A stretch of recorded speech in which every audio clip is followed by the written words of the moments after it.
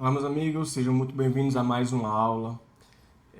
Eu sei que o conteúdo da outra aula provavelmente foi um pouco pesado. Essa aqui ainda vai ser uma aula conceitual, tá? Porque é necessário para o tratamento, tá? É necessário que você entenda como as coisas funcionam para se tratar de forma adequada, tá? Então, a gente falou sobre conceito de dor agora. Agora eu vou mostrar para vocês vai ser uma aula sobre neurociência, tá? Sobre formas de funcionamento do nosso cérebro, do nosso subconsciente e como isso pode estar relacionado com dores e outros sintomas neuroplásticos, né? Então vamos lá, fica atento aí, segura a onda, tenha paciência que o resultado vai chegar, mas eu preciso dessa sua ajuda nessa concentração agora nessa aula, tá bom? Vamos lá.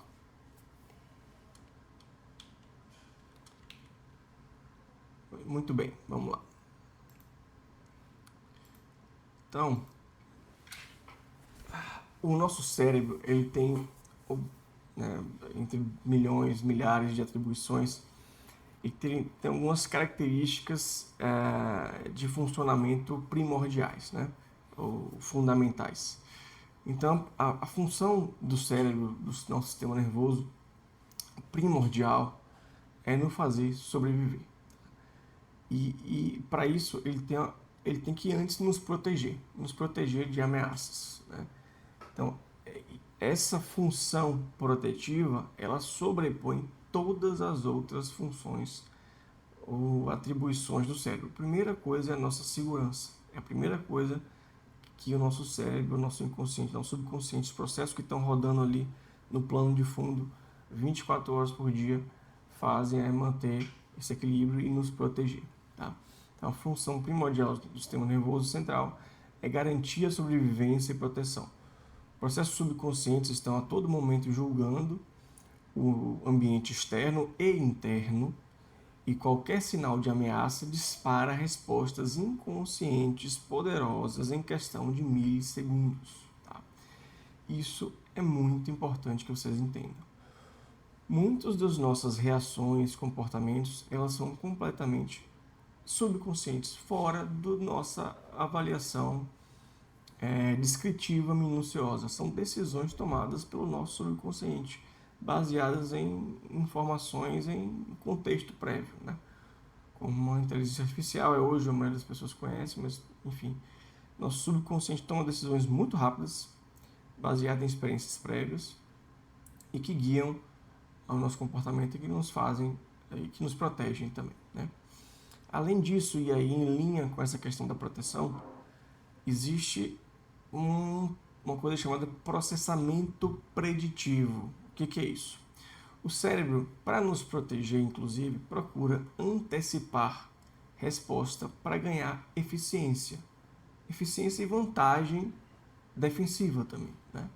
Então, nesse processo, ele pode cometer erros que geralmente acontecem em favor da segurança do indivíduo. Então, o cérebro erra muito, mas ele erra geralmente no exagero para te proteger, porque essa é a função primordial dele. Então o lema é: o seguro morreu de velho. É melhor ele estar errado e você estar vivo do que ele se arriscar e você terminar se machucando ou morrendo, enfim. Então essa é uma outra característica fundamental que vai ajudar a gente a entender alguns fenômenos que acontecem que podem nos levar nesse caminho de desenvolver sintomas neuroplásticos. E por último é a neuroplasticidade, a própria neuroplasticidade, né? Que permite que o cérebro se adapte e reorganize suas conexões, possibilitando o aprendizado e modificação de comportamentos positivos ou negativos. Ficou confuso aqui, desculpa, mas positivos ou negativos, né? Essa modificação nem sempre é para nossa parte consciente descritiva o que a gente julga positivo, né?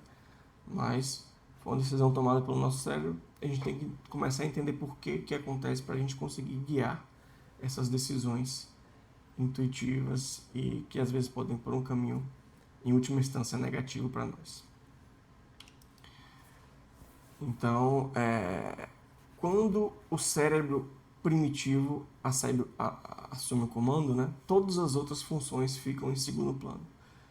Em situações de ameaça real ou percebida, né, o seu cérebro decidiu que você está sob ameaça. Os sistemas mais primitivos, inconscientes, como o do tronco encefálico, sistema límbico, assumem o controle, assumem o comando, priorizando a sobrevivência, certo? Então, você tem reações automáticas e que fogem completamente ao seu controle. Eu vou dar alguns exemplos aqui, que é a pessoa que desmaia ao ver sangue, né? Isso é uma resposta vagal extrema. O que é a resposta vagal? Nosso sistema parasimpático entra em ativação máxima, nossa pressão baixa e falta sangue no nosso cérebro e a gente desmaia. Por que isso acontece? Por que será que isso se desenvolveu em nós seres humanos? Vamos pensar aqui, conjecturar, né? Faz sentido pensar que, numa situação em que você está sangrando, a forma mais fácil para o próprio organismo de conter aquele sangramento é diminuir a sua pressão arterial, diminuir a sua frequência cardíaca, vai diminuir o débito cardíaco, vai diminuir a vazão de sangue através daquela ferida. E você vai diminuir, você vai desmaiar, não vai, né? A princípio vai dar um desligado ali, mas vai diminuir a saída de sangue pela sua ferida. Então essa função protetiva subconsciente e extremamente em situação extrema, né, pode ser disparada em situações que não foram essas que eu te falei, né, que não fazem sentido.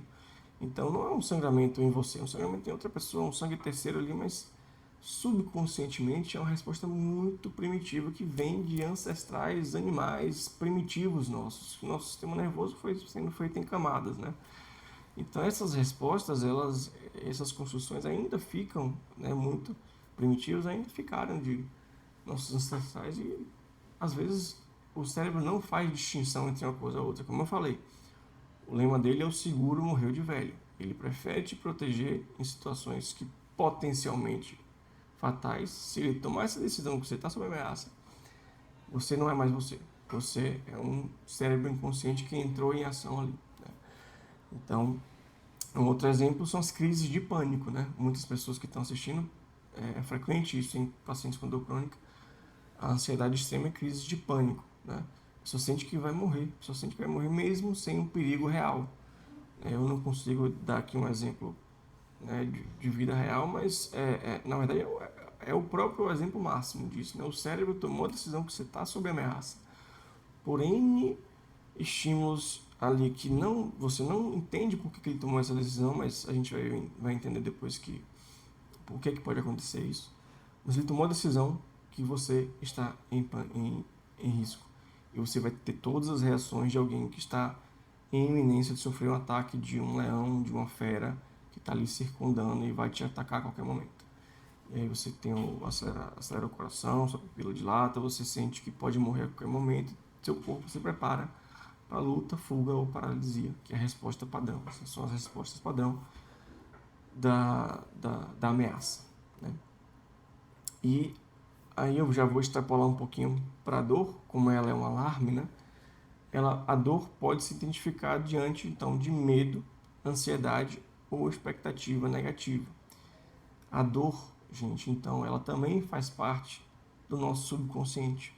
O nosso cérebro pode disparar uma reação dolorosa, mesmo fora de uma resposta padrão de dor, como a gente espera, né? Como eu falei, a dor é um alarme, e esse alarme pode soar dentro de um contexto protetivo primordial ali. Então, se você está com medo, a dor pode piorar, para você se proteger, para você, né, não sentar de tal forma que você pode vir a arruinar a sua coluna, se você está atribuindo aquilo, a sua dor na coluna, né?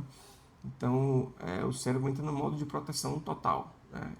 Liga a armadura, a carapaça, você entra na carapaça e ali várias coisas podem acontecer que saem do seu controle completamente, tá? Então, diante de medo, ansiedade, expectativa negativa, inclusive, você tem essas respostas, inclusive a dor, tá? Essas reações não passam pelo raciocínio consciente, são rápidas, automáticas e protetivas, certo? Aqui a gente coloca uma anedota aí que o pessoal conta muito, né, os americanos contam muito, de um soldado, né, no campo de batalha que sofreu um ferimento na perna e aí foi levado de volta e, né, saiu do campo por isso. E anos depois, ele andando, né, em algum local, ouviu um barulho de helicóptero. E esse barulho de helicóptero, ele imediatamente sentiu uma dor intensa na perna, sentiu uma dor excruciante na perna. Então, o barulho de helicóptero inconscientemente disparou circuitos cerebrais, né, que levaram a essa resposta de proteção, de ameaça e de proteção primordial, que acabou disparando a dor, uma dor que ele teve há muitos anos atrás, né? Então, isso é o que a gente pode classificar como síndrome do transtorno do estresse pós-traumático. Isso é muito comum, né? Então, a dor crônica, em algum grau, ela se assemelha muito a um transtorno de estresse pós-traumático. A gente vai ver, isso é bem interessante ao longo do curso, tá?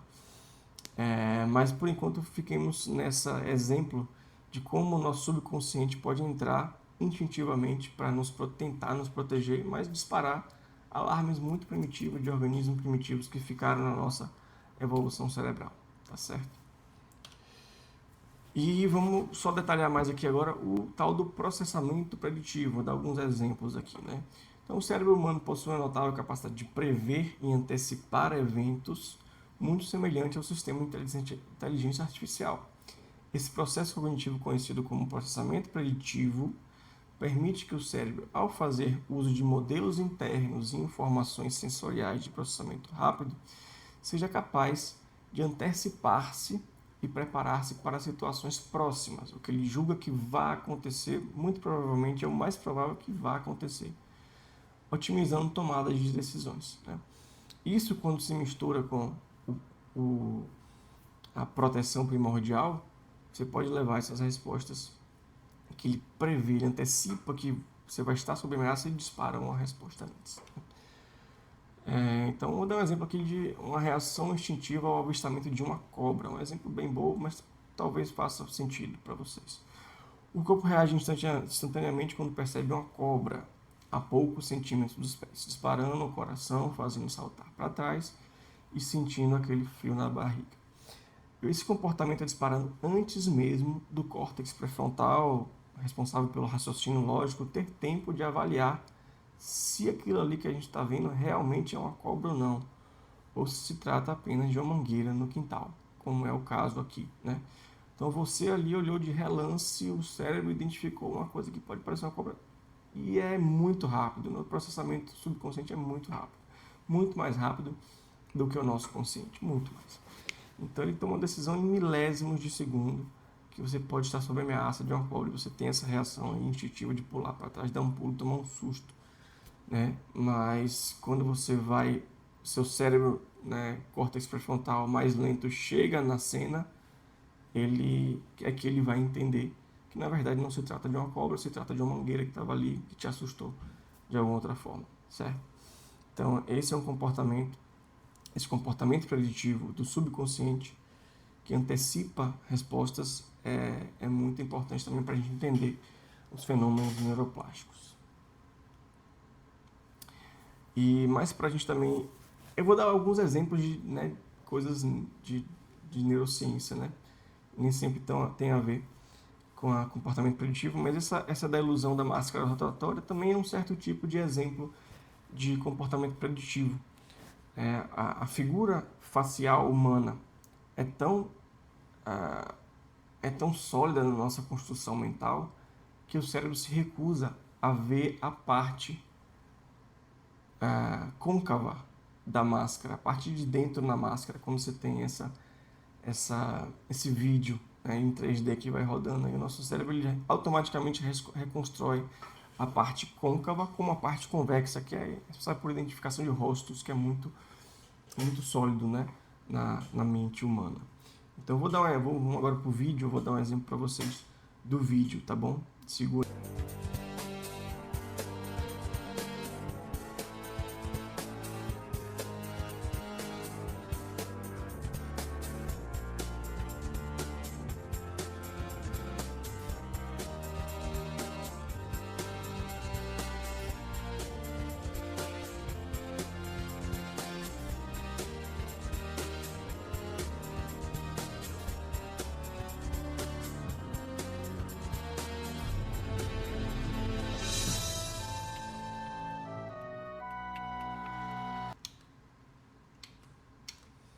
Vamos voltar aqui para os nossos slides.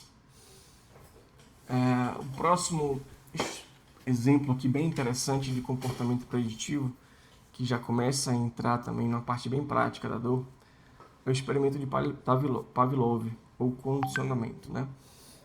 Pavlov foi um cientista russo que ele fez fazer alguns experimentos, são uns experimentos clássicos e famosos dele, em que ele passou a tocar um sino imediatamente antes de oferecer comida a cães, né? Após algumas repetições, os cães começaram então a salivar apenas ouvindo o sino, mesmo na ausência de comida.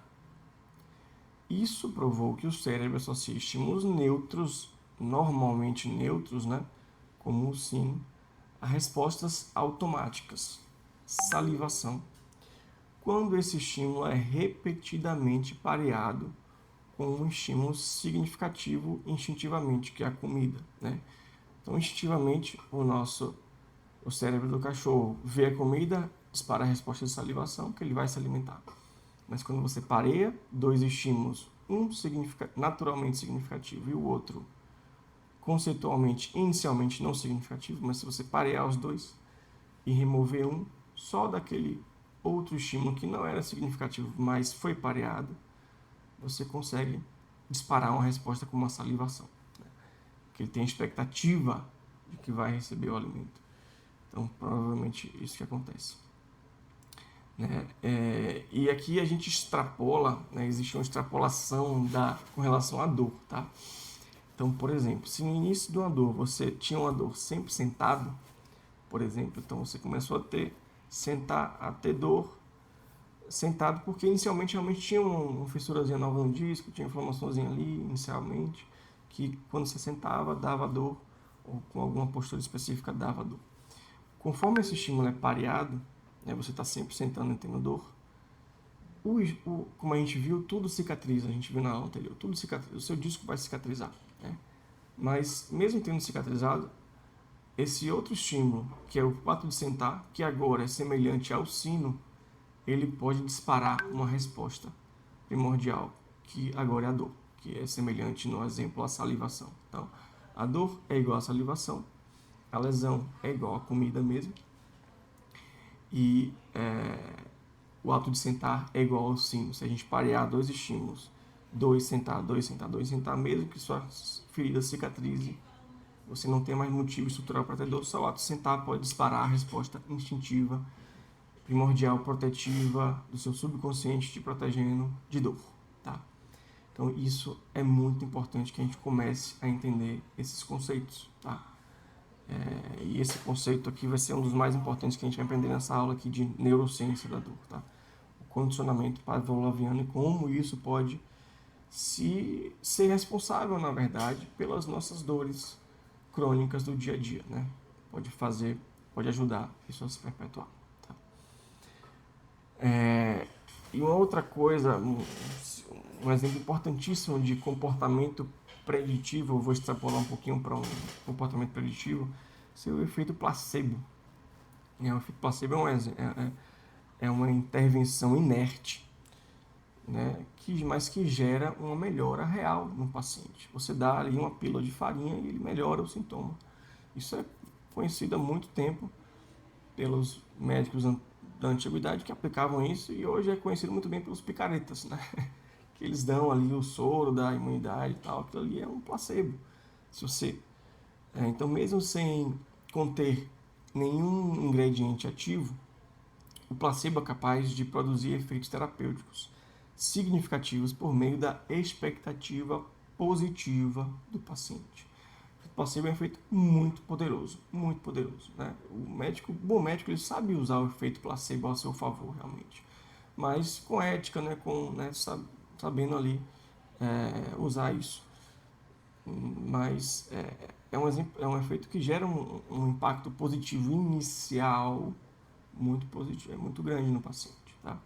Então ele ativa os circuitos de recompensa e analgesia no cérebro, né? Alguns estudos têm comentado isso. O efeito placebo ativa então áreas cerebrais relacionadas à recompensa, segurança e controle da dor, como o sistema opioide endógeno, né?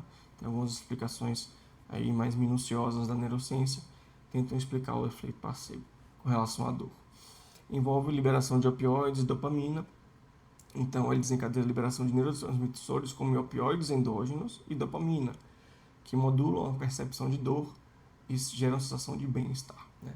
Então, o efeito placebo demonstra o poder da expectativa positiva da mente sobre o corpo.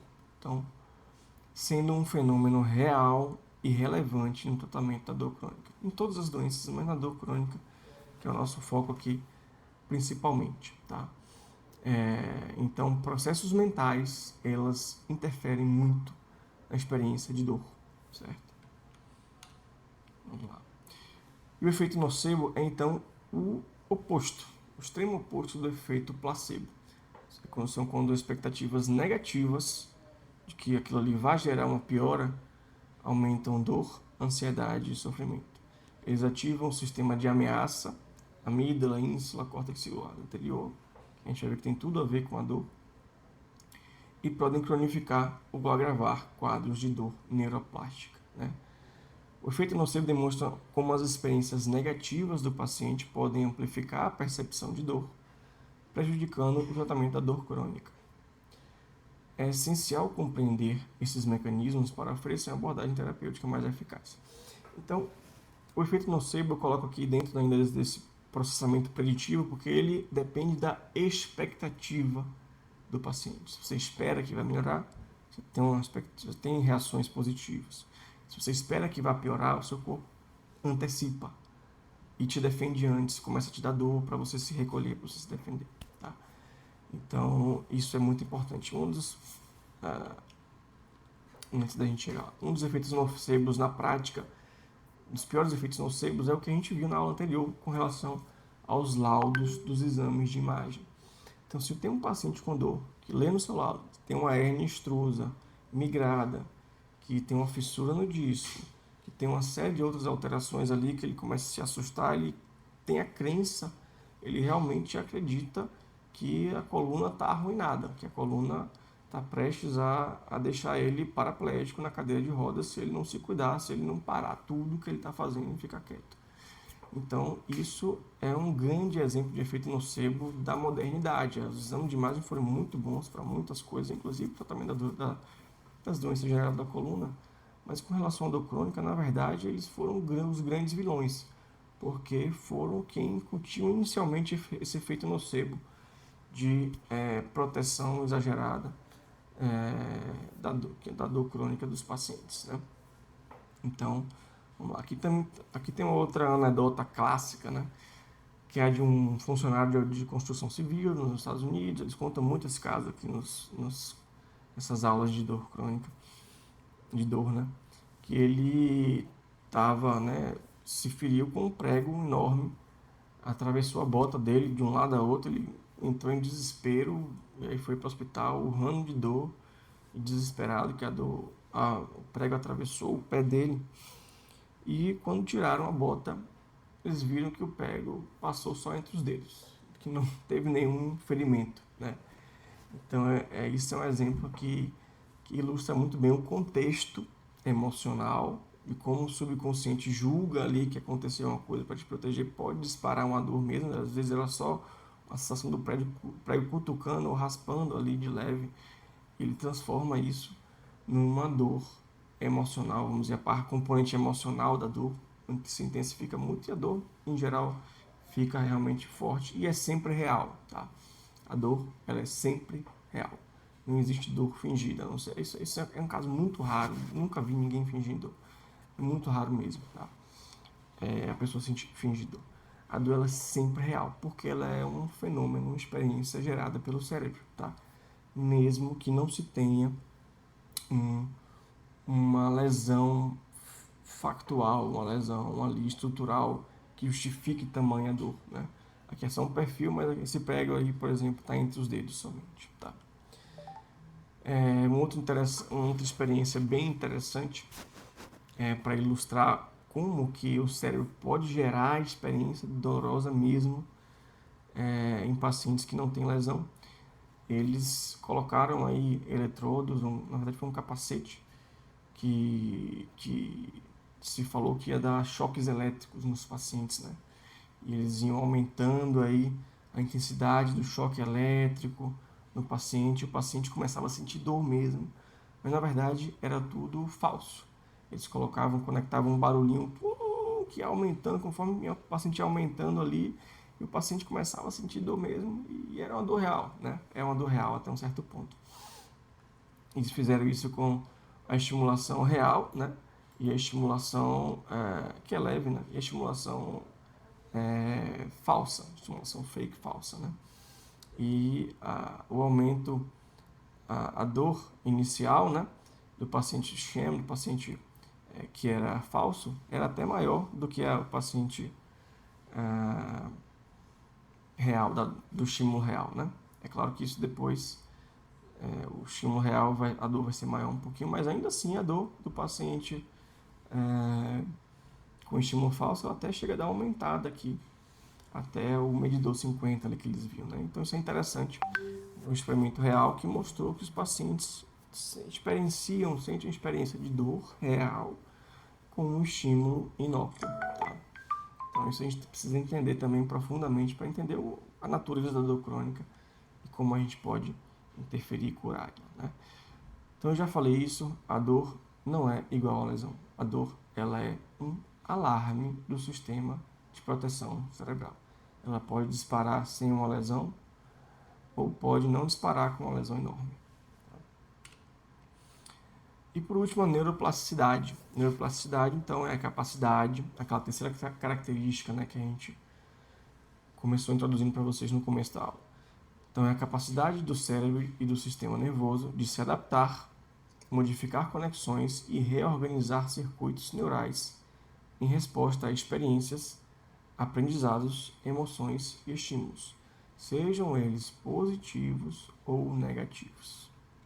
Então, um exemplo bem bacana é, na verdade, de uma extrapolação, né? Como a ciência usou a neuroplasticidade para moldar as máquinas e o machine learning, o aprendizado de máquinas, né?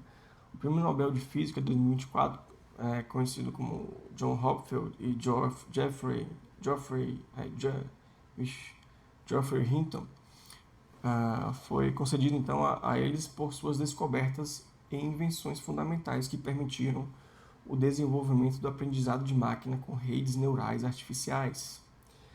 A inteligência artificial se espelha no funcionamento neural.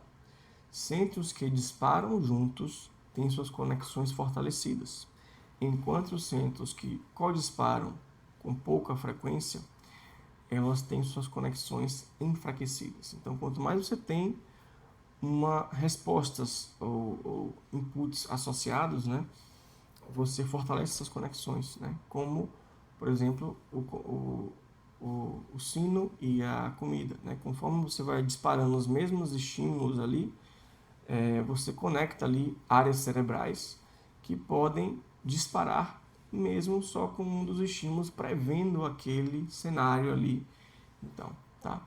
Então, isso eles usaram a favor da construção das inteligências artificiais, e moldando as respostas, né? Ensinando ao computador o que era certo, o que era errado. Então, toda vez que era certo, ele dava, enfim, ele tinha um algoritmo ali que definia uma resposta certa.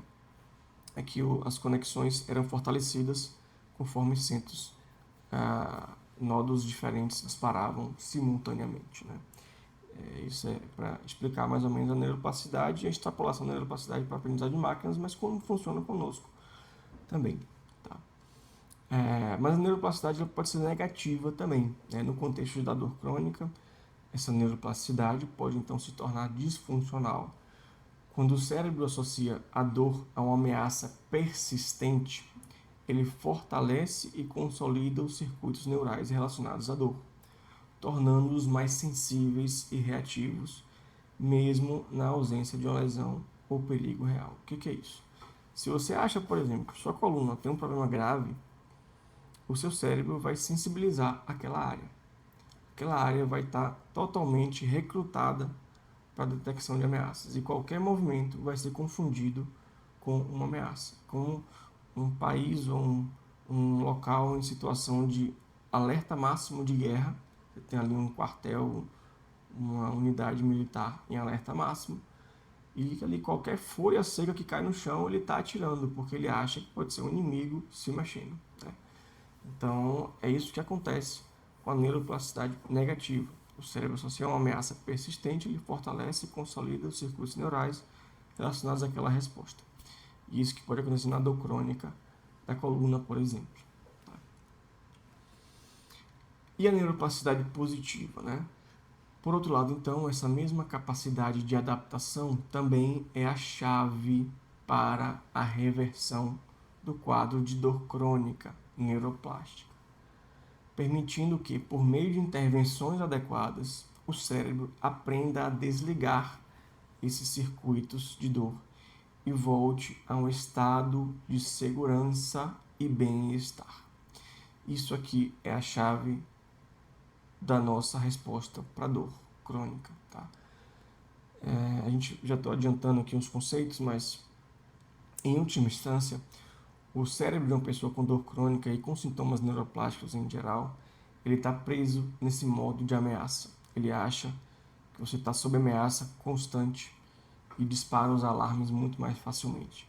Então, nosso trabalho não é consertar o alarme na coluna, né? A gente não vai desligar ali o sensor do alarme, que o alarme lá vai continuar disparando o som do alarme, tá?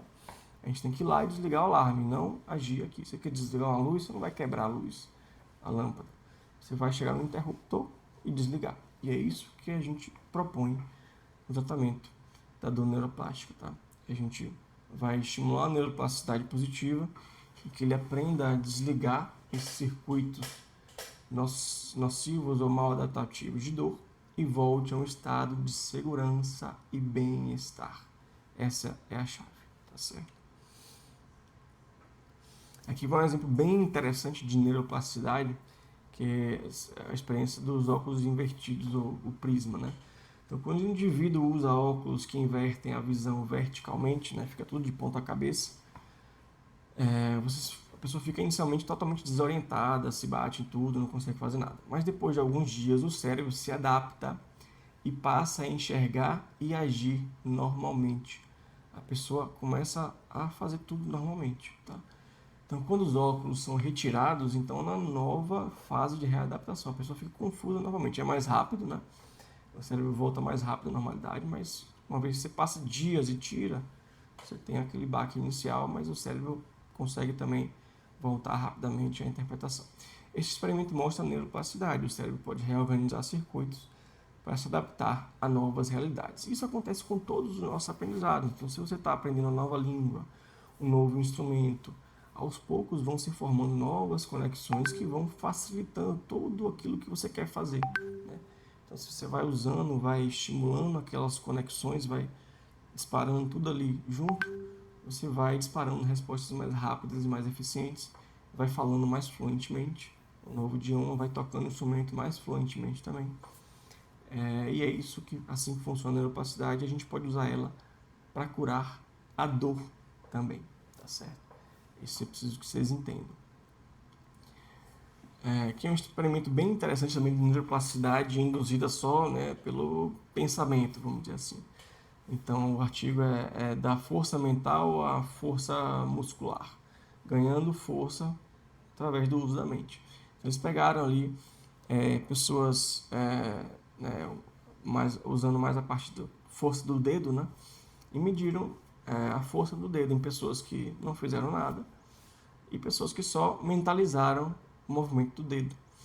E eu estou resumindo aqui. A conclusão foi essa, de que as pessoas que só mentalizaram o movimento do dedo, forçando o dedo ali por um tempo, elas tiveram, no fim das contas, um score de força medido mesmo, maior, significativamente maior do que as pessoas que não fizeram esse treinamento mental, né?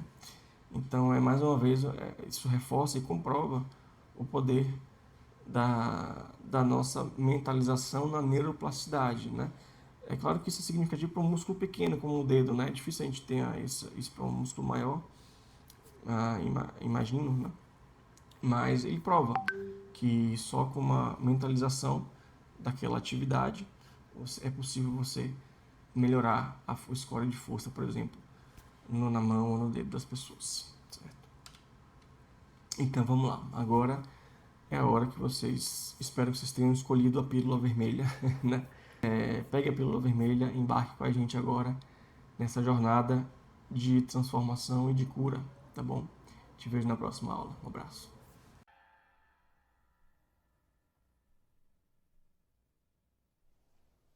This is the construct. It's our loading program. We can load anything from clothing to equipment, weapons, training simulations, anything we need.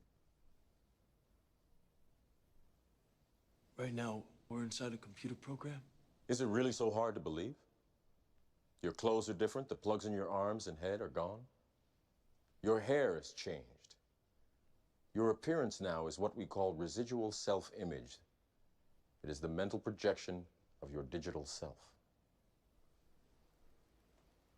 This isn't real. What is real? How do you define real? If you're talking about what you can feel, what you can smell, what you can taste and see, then real is simply electrical signals interpreted by your brain.